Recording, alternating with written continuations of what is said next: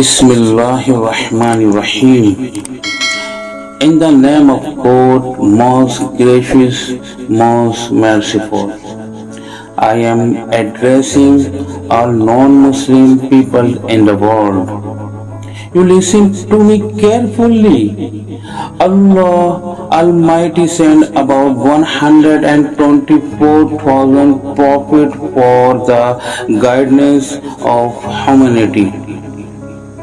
And finally, the Holy Prophet, peace be upon him, come to the world. The Holy Quran was revealed to you, which is also the word of Allah.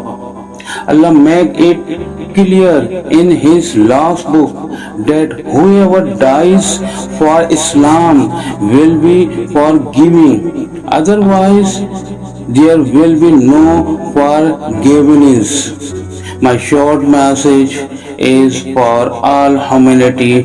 Please accept Islam and be successful in this world and in the hereafter. May Allah guide us all. Ameen. Summa Ameen.